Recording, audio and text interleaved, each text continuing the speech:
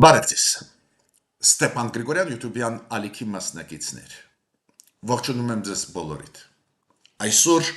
հուլիսի 24-ն է, մենք շարունակում ենք մեր աշխատանքը, լուրջ զարգացումներ են գնում Մերձավոր Արևելքում, լրջանում է պատերազմը Ռուսաստանի Ուկրաինայի դեմ, փոխադարձ հարվածները ընդլայնվում են, ուժեղանում են, Մերձավոր Արևելքում մենք տեսնում ենք ընդլայնումը, պատերազմական գործողությունների հիմա հութիները փակում են Կարմիր ծովը Սաուդյան Արաբիայի լցանավերի համար, շատ է լրջանում իրավիճակը, պատահականություն չի, որ ՄԱԿ-ի գլխավոր քարտուղարը պարոն Գուտերիշը հանդես եկավ ելույթով դրա հետ կապված, պարզ է այս զարգացումները Ամերիկա, Իրան, Ռուսաստան, Ուկրաինա, պարզ է, որ լուրջ փոփոխություններ կբերեն ամբողջ աշխարհում, նաև այդ թվում կունենան ազդեցություն Հարավային Կովկասում ընթացող process-ների վրա։ Պատահականություն չի, որ պարոնը Մերցը, որը ունեցել է երեք հեռախոսազրույց Նիկոլ Փաշինյանի հետ, վարչապետի հետ Հայաստանի, ինքը հենց քննարկեց, շեշտադրեց նրա վրա, որ այս զարգացումները Մերձավոր Արևելքում եւ Ուկրաինայում կունենան ազդեցություն Հարավային Կովկասի վրա ու ուզում էր իմանալ մեր ղեկավարից ինչ տիպի ազդեցություն կարող է այդ պատերազմները ունենալ Հարավային Կովկասի զարգացումների վրա, Հարավային Կովկասի խաղաղության վրա։ Ես այս թեմաներից ավելի մանրամասն այսօր կխոսեմ, քանի որ մեր հասարակությունը, սփյուռքայությունը եւ բոլոր առանց բացառությամբ Հայաստանի Հանրապետության քաղաքացիները պետք է օբյեկտիվ պատկերացում ունենան ինչ է կատարվում պատերազմում Ռուսաստանի Ուկրաինայի դեմ, Ամերիկայի Իրանի դեմ, որ մենք իրոք ճիշտ ըմբռնենք այդ process-ները, adekvat արձագանքենք այդ process-ների ու առաջերտին մեզ պետք է որ կառավարությունը adekvat արձագանքի եւ մենք փորձագետներս ներկայացնենք հասարակությանը ավելի մատչելի ձևերով, բայց ներկայացնենք ընդհանուր պատկերը։ Նայեք, սանկցիաներ կիրառեցին կամ ուժեղացրեցին եվրոպացիները, Եվրամիությունը Ռուսաստանի դեմ, Միացյալ Նահանգները ակտիվ քաղաքականություն են վարում, դուք գիտեք, Դոնալդ Թրամփը պնդում է, որ պետք է շարունակել պատերազմը Իրանի դեմ, Ռուբիոն Ֆիլիպիններում հանդիպեց Լավրովի հետ, այդ մեծ ինչ-որ process-ներ են միաժամանակ կոնգրեսը, ավելի ճիշտ ներկայացուցիչների պալատը, կոնգրեսի Միացյալ Նահանգների որոշում ընդունեց, որ Դոնալդ Թրամփը պետք է դադարեցնի պատերազմական գործողություն Իրանի դեմ, այդ ամբողջը տեսակ մի փաթեթ է որոշումների, քայլերի, որոնք լրջագույնս կազդեն եւ աշխարհի զարգացումների վրա, եւ պարզ է մեր տարածաշրջանի վրա, նաեւ այդ թվում Հարավային Կովկասի վրա։ Ներքին հարաբերություններից, ներքին զարգացումներից անպայման ես կանդրադառնամ ու Նարեկ Կարապետյանի հետ կապված հարցին կանդրադառնամ։ Ուրեմն, սկսում ենք մեր այսօրվա աշխատանքը, ես խնդրում եմ ձեզ բաժանորդագրվել, կիսվել, լայքել եւ աջակցել մեր YouTube-յան ալիքի։ Մեր աշխատանքը անչափ կարեւոր է հայության համար, ստանալու համար ավելի օբյեկտիվ, բազմակողմանի ստուգված ինֆորմացիա։ Ուրեմն, 21-րդ փաթեթը սանկցիաների ուժի մեջ մտավ Եվրամիության կողմից։ Բավական երկար քննարկումներ էին գնում, համաձայնեցվում էր 27 Եվրամիության անդամ պետությունների միջև այդ նոր փաթեթը, բայց ի վերջո ընդունվեց այդ 21-րդ փաթեթը։ Ու այս փաթեթում նորից մեծ թվով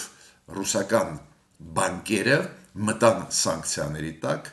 պարզ է այդ սանկցիաները նաև շոշափեցին ռուսական ստվերային նավատորմը, նավթային, նաև այլ ոլորտներ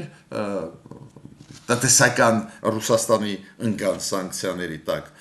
ու ստեղ շատ կարևոր է որ շարունակում է այդ ճնշումը Ռուսաստանի տնտեսության վրա,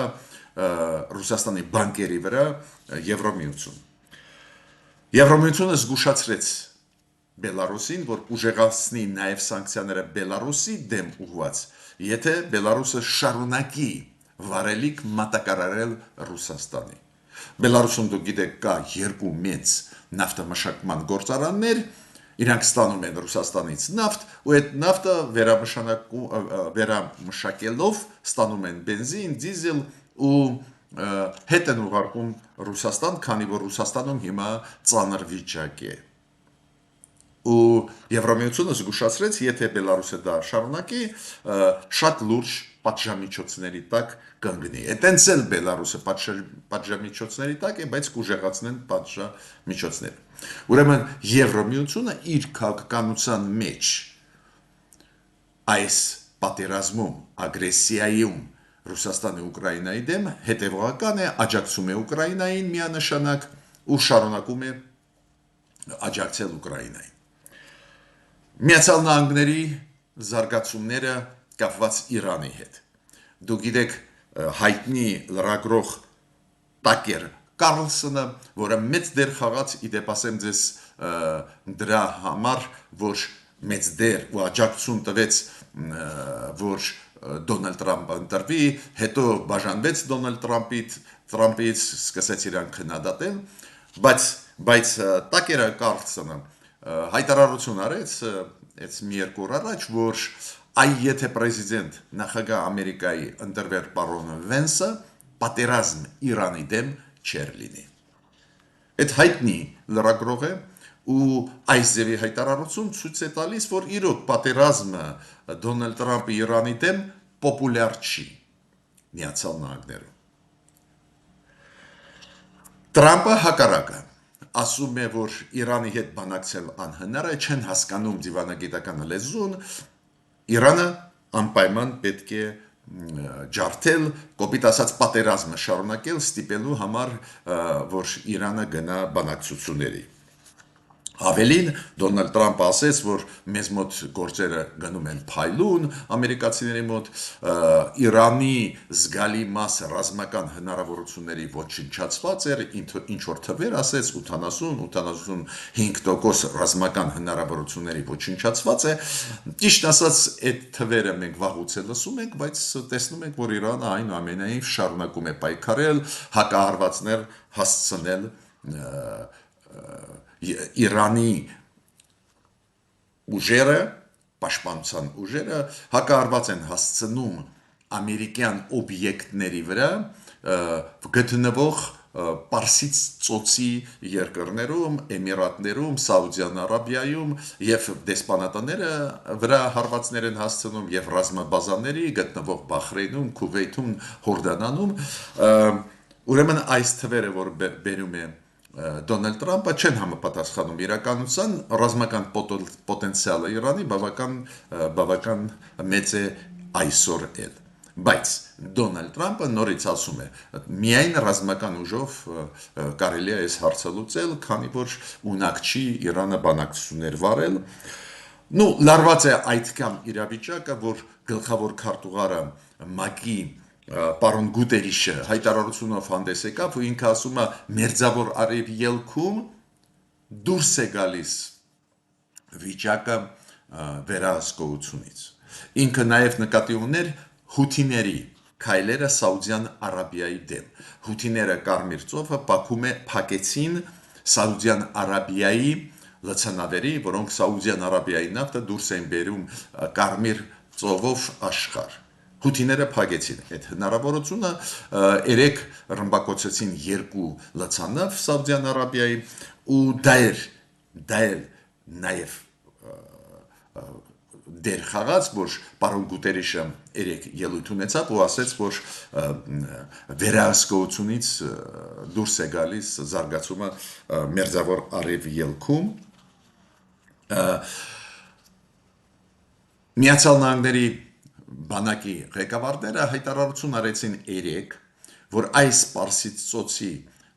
6 երկրները աջակցել են ռմբակոծել Ամերիկային աջակցել են ռմբակոծել Իրանը։ Իրանը հայտարարությունով հանդես եկավ Իրանի արտգործնախարարությունը ասելով, որ հերքեք այդ ասածը ամերիկացիների, որ դուք ռմբակոծության մեջ դուք չկաք, հակառակ դեպքում մենք հակառվածներ ձեր տարածքի վրա կտանք։ Այսօր դուք գիտեք պատկերը որն է։ Այդ երկրները Պարսից ծոցի իրենք ռմբակոծության մեջ չեն մասնակցում։ Իրենք ուղղակի իրանց տարածքը տրամադրում են Ամերիկայի ռազմական բազաների, կոպիտ ասած միայն այս ձևով աջակցում են Միացյալ Նահանգների պատերազմին Իրանի դեմ, բայց քանի որ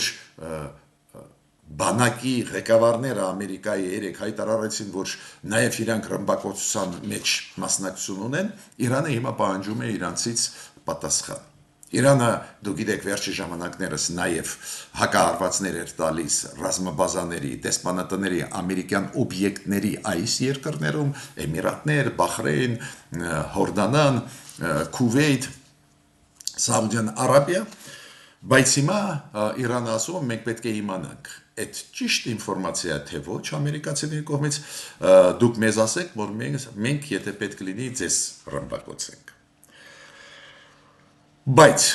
չնայած այս մեծ պատերազմի, որը երրորդ անգամ սկսեց Դոնալդ Տրամպը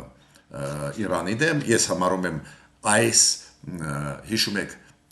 հուշագրի, որը ստորագրվեց Միացյալ Նահանգներ Իրանի միջև, այս հուշագրի խախտումից հետո, երբ որ նոր ռազմական գործողություններ սկսվեցին այս վերջի 10 օրը Միացյալ Նահանգներ Իրան, ես համարում եմ երրորդ պատերազմը, որը սկսեցին ամերիկացիք Իրանի դեմ, այս պատերազմը պարզվում է այդքան էլ դուրս չի գալիս կոնգրեսին։ Միացյալ Նահանգների կոնգրեսի ներքին պալատը, որը կոչվում է ներկայացուցիչների պալատ, երեք որոշում ընդունեց առաջարկել պահանջել Դոնալդ Տրամպից դադարեցնել պատերազմը Իրանի դեմ։ 214 կոնգրեսական կողմ քվեարկեցին 208 դեմ։ Դուք կարող եք ասել, բայց մենք գիտենք, որ կոնգրեսում եւ ներքին պալատում եւ սենատում մեծամասնություն ունեն հանրապետականները։ Այդ ոնց անցավ, քանի որ 4 հանրապետական նաև դեմ են պատերազմի։ 4 հանրապետական անցան դեմոկրատների կողմ, ու դա է պատճառը, որ ստացվեց մեծամասնություն ներքին պալատում կոնգրեսի այն բանաձևի օգտին, որը պահանջում է Տրամպից դադարեցնել պատերազմը։ 214 կոնգրեսական կողմ ու դեմ 208 կոնգրեսական։ Դա շատ լուրջ է, մեսիջ է, այո, պարտադիր չի դա Դոնալդ Տրամպի համար, Միացյալ Նահանգներում այս տիպի որոշումը պարտադիր չի, որ կատարի Միացյալ Նահանգների նախագահան, բայց մեսիջը հասկանալի է։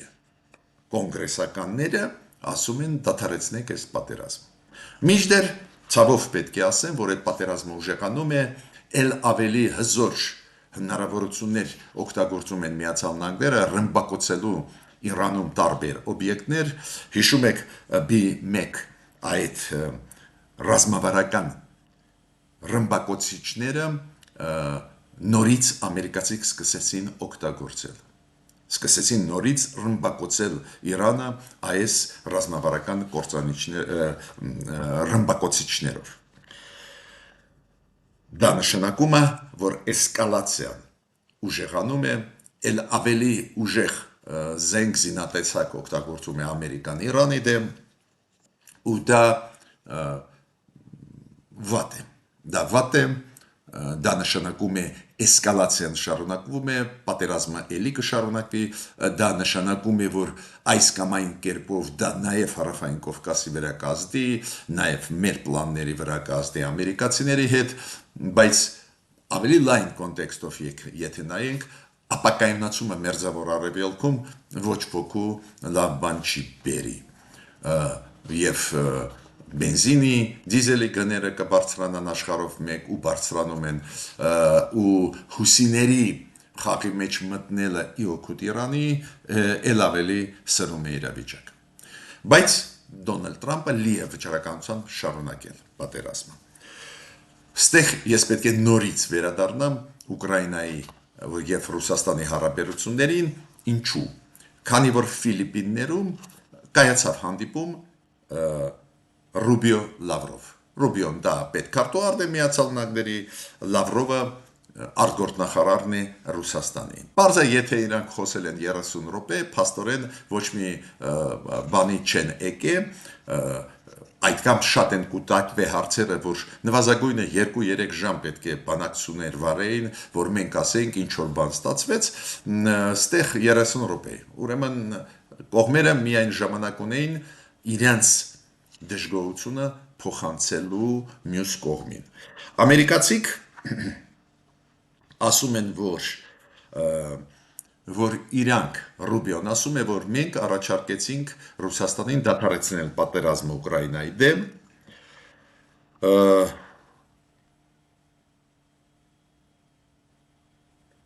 քննարկեցինք Ռուսաստան Միացյալ Նահանգներ հարաբերություններ եւ Ռուբիոն ասում է այս էին գլխավոր հարցերը։ Երկկողմ հարաբերություններ Միացյալ Նահանգներ Ռուսաստան եւ գլխավոր հարցը նա էր, որ ամերիկացիք Ռուբիոն ասում է մենք ասեցինք Ռուսաստանի արտգործնախարարին, որ պետք է դադարեցվի պատերազմը։ Լրագրողները իմիջիալոց երկուսին էլ անընդհատ տալիս էին նույն հարցը, երբ որ ավարտվեց այդ հանդիպումը իրանք դալիճից դուրս եկան լրագրողները ուզում էին իմանալ Ռուբիոից եւ Լավրովից, իրոք ճիշտ է այն պնդումը Ամերիկայի հետախուզական ծառայությունների, որ Ռուսաստանը Իրանին տալիս է կոորդինատներ ինֆորմացիան Մերձավոր Արևելքում գտնվող ամերիկյան կարևորագույն կետեր, քանի որ Իրանի հակահարվածները Միացյալ Նահանգների կարևորագույն օբյեկտների գտնվող Մերձավոր Արևելքում տարբեր երկրներում, նոր ասեցի Սաուդյան Արաբիայում, Քուվեյթում, Քաթարում, Հորդանանում այս կոորդինատները Ռուսաստանն է տալիս, դա է պատճառը, որ վնասը, որը Իրանը հասցնում է ամերիկացիներին, Մերձավոր Արևելքում շատ դիպուկ, շատ ուժեղ է։ Բայց ոչ Լավրովը, ոչ էլ Ռուբիոն երկուսն էլ չպատասխանեցին այդ հարցերին։ Ռուբիոն առանձին էլ հետո լրագրողներին ասեց, որ գլխավորը ինչ մենք ուզում ենք, որ խաղաղություն լինի, որ Ռուսաստանը դադարեցնի պատերազմական գործողություն, կողմերը գան խաղաղության։ Ռուսական կողմը իր ձևով է մեկնաբանում բանակցությունները, ռուսական կողմը ասում է Ռուսաստանի արտգործնախարարությունը հանդիպումից հետո Լավրով Ռուբիո ասեց, որ մենք տեղյակ պայեցինք ամերիկացիներին, ինչ է կատարվում պատերազմում, հողի վրա ինչ է կատարվում։ Կոպիտ ասած ամերիկացիք ասեցին ռուսներին, գնացեք զինադատարի, քանի որ դուք հիմա պարտվում եք, ուկրաինացիք հակառվածներ տալիս են, պարզը Լավրովը համաձայն չէր, ու ռուսական կողմը ասում է, որ Լավրովը բացատրում էր Ռուբիոին, որ ռեալությունները այլ են պատերազմի դաշտում։ Բացի դրանից Լավրովը ասեց Ռուբիոին, որ շատ վատ դեր են խաղում, ապակայունացնող դեր են խաղում եվրոպացիք, ովքեր աջակցում են Ուկրաինային։ Ու Լավրովը իր դժգոհությունը հայտնեց։ Ուրեմն Լավրովը ու արտգործնախարարությունը Ռուսաստանի պնդում են, որ իրանք Ռուբիոին ասեցին, որ Ռուսաստանը պատրաստ է խաղաղության, Ուկրաինան չի ուզում, որ Ռուսաստանը պատրաստ է անկորիջի շրջանակներում աշխատել։ Դուք հիշում եք Ալյասկայում, երբ որ անցած տարի հանդիպեցին Դոնալդ Թրամփը, Պեսկովը եւ Պուտինը, հիշում եք այն ժամանակ ինչ որ պայմանավորվածության կողմերը եկան, այնտեղ որոշումների մեջ շատ տարեր կային, որոնք խոսում էին նրա մասին, որ Ուկրաինան պետք է գնա միակողմանի զիջումների, դա է պատճառը, որ Ռուսաստանը անընդհատ հիշեցնում է անկորիջը։ Ասում է այդ շրջանակները մենք ուզում ենք, Բայց ամերիկացիք ինչ են ասում, եւ հողի վրա, եւ օդում շատ բան փոխվել է, հակառվածները Ուկրաինայի նաեւ դրոններում շատ մեծ վնաս են հասցրել։ Հիմա նույն վիճակը չի, դա է պատճառը նոր իրավիճակում պետք է պայմանավորվածության կողմերը գան ու շատ հասարակ առաջարկ ունեն ամերիկացիք ռուսներին։ Ու Ռուբիոն ասեց Լավրովին. դադարեցրեք պատերազմական գործողությունները։ Պարզ է Ռուսաստանը դժգոհ էր այդ բանակցային process-ից ու Մարիա Զախարովան, հայտնի Մարիա Զախարովան, մեզ շատ բոլորիս հայտնի, ինքը ասեց, որ այ Դոնալդ Տրամպը խոստում էր տալիս 24 ժամում լուծել Ուկրաինայի այդ հարցը, Ուկրաինայի կոնֆլիկտի հարցը 24 ժամում 80 անգամ ինքը կրկնեց, ասեց Մարիա Զախարովա, բայց ամերիկացիների մոտ ոչինչ բան չստացվեց։ Այո, իրանք դժգոհ են այդ բանակցային process-ից, դժգոհ են, որ հստակ ամերիկացիք պաշտպանում են հիմա Ուկրաինան, համարում են, որ շարունակում է պատերազմը Ռուսաստանը, ու Ռուսաստանը պետք է դադարեցնի։ Ու այն հիշում եք անկորիջում անցած տարի առաջարկությունները Թրամփի, որ Ուկրաինան աչքերը փակի Ղրիմի վրա, Դոնեցկի վրա, Լուգանսկի այդ մարզերի վրա, որ այս 4-5 շրջանները, որ Ռուսաստանը օկուպացրեց, որ համաձայնվի, որ մնան Ռուսաստանի մոտ, հիշում եք այս ձևի բաներ կային, ուկրաինացիներից պահանջվում էր, որ այն փոքր տարածքները, որոնց դեր Ուկրաինան վերահսկում է Դոնեցկի եւ Լուգանսկի մարզերում, որ հանձնեն, զորքերը դուրս բերեն, հիմա այս ձևի բան չկա։ Դոնալդ Տրամպը իրոք հասկացավ իրավիճակը, հասկացավ, որ Ռուսաստանը չի ուզում խաղաղություն ու դա է պատճառը, որ ամերիկացիք միանշանակ հիմա անցել են Ուկրաինայի կողմ։ Ես ավելին ձեզ ասեմ, պարոն Զելենսկին, Ուկրաինայի նախագահան, երեք ասեց, որ ինքը կմեկնի Միացյալ Նահանգներ ու լուրջ հանդիպումներ կունենա այն մարդկանց, ովքեր Ռուսաստանի հետ բանակցություններ են վարում Ամերիկայի կողմից։ Դուք հիշում եք ովքեր են այդ Ուիտկովն, Կուշներն։ Նորից կրկնում եմ, դա սենսացիոն ինֆորմացիա էր, որը տարածեցին ամերիկյան համապատասխան հետախուզական ինստիտուտները, ծառայությունը, իրանք ասեցին, որ իրանք ունեն տվյալներ, որ ամերիկյան շատ կարևոր գաղտնի կետեր, հիմնակետեր գտնվող մերձավոր արևելքում, այդ կոորդինատները իրանց Ռուսաստանը տալիս է Իրանին, դա է պատճառը, որ Իրանը դիպուկ հակառվածներ տալիս է ու մեծ վնաս է հասցնում Միացյալ Նահանգներին։ Նաև ես ուզում եմ կարճ անդրադառնալ մեր ներքին քաղաքականության հարցերին, քանի որ օգոստոսի 2-ին կլինի Անդրանիկ նիստը ազգային ժողովի, պետք է ասեմ, որ հետաքրքիր է ինչ է կատարվում, ով վերցրեց մանդատները, այդ ամեն ինչ ֆիքսված է, հեսա նիստը կլինի, կանայենք բացումը, բայց Նարեկ Կարապետյանի հետ, որը գլխավորում է ուժեղ Հայաստան ցուցակը, իր հետ ինչ-որ պրոցեսներ են։ Հիշում եք կենտրոնական ընտրական հանձնաժողովը 2 օր առաջ զրկեց իրան անձեռնմխելությունից, քանի որ ինքը ցուցակում էր ուժեղ Հայաստանի, մասնակցում են ընտրությունների, ավտոմատ ինքը ուներ այդ կարգավիճակը, անձեռնմխելի էր ինքը, ուրեմն եթե գործ ուզում են հարուցել, դատախազությունը օրինակ, անպայման պետք է մտնեն կենտրոնական ընտրական հանձնաժողով, ստանային համաձայնություն։ Կենտրոնական ընտրական հանձնաժողովը տվեց համաձայնություն, գործ հարուցվեց ու հետո միատել դատախազությունը մտավ կենտրոնական ընտրական հանձնաժողով թույլ տալու համար ձերբակալել պարոն Կարապետյանին, Նարեկ, բայց կենտրոնական ընտրական հանձնաժողովը մերժեց դա, ինչու, քանի որ դա իրանց լիազորությունների մեջ չի մտնում, հետո դատախազությունը մտավ դատարաններ ու դատարանները որոշում ընդունեցին չբացակայել։ Նարեկ Կարապետյանը իրավունք չունի երկրից բացակայել։ Դες կալանավորում այս ձևը պատժի չկիրառվեց։ Գրաֆ մեծ դրեցին իր վրա 1 միլիարդ դրամի, բայց կալանավոր չի եղել, դա ինչ է նշանակում, որ Նարեկ Կարապետյանը Անդրանիկ նիստին կմասնակցի։ ինձ հետաքրքիր էր կհասնի նրան, որ իրան կզրկեն հնարավորությունից Անդրանիկ նիստում մասնակցել ազգային ժողովի էտել ինքը գլխավորում էր ցուցակը ուժեղ Հայաստանի, բայց ինքը ստացավ չբացակայելու այդ ձևի պատիժ։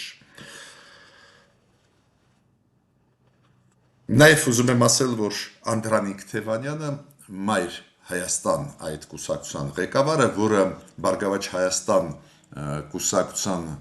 ցուցակով էր գնում, երկրորդ տեղն էր զբաղեցնում, հիշում եք 2 ամսով կալանավորվեց, դատարանը որոշում ընդունեց երկարացնել էլի 2 ամսով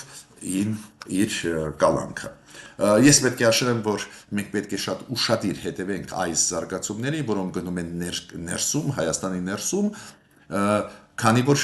ինչ վիճակում մենք կունենանք ազգային ժողովը, ինչ զարգացումներ կլինեն, նաև կազդեն մեր արտաքին քաղաքականության վրա,